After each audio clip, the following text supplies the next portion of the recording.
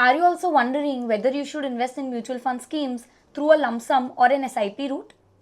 Lump sum means a one-shot investment. Let's say, for example, 3 lakhs invested in a mutual fund scheme. SIP, on the other hand, is a systematic investment plan wherein you invest a fixed amount regularly every month. Let's say, for example, 25,000 for 12 months. Now, SIP and lump sum, both you are investing the same amount of money for the same tenure at the same return. So you might think that the output will also be the same, but no, the output is going to be quite different.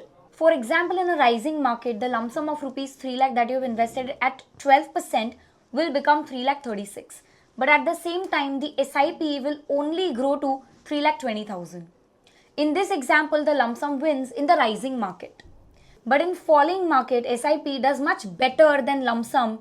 So if there is a fall of, let's say, 12%, SIP will fall down only to 2 lakh 82,000. But lump sum will fall down further at 2 lakh 64,000. This happens because SIP invests at a cheaper price when there is a falling market because the NAVs keep on changing. This helps you with rupee cost averaging. You will see the power of SIP in a falling or a volatile market. If this was helpful, share it with those who will benefit from this and follow me to know more about personal finance. Thank you.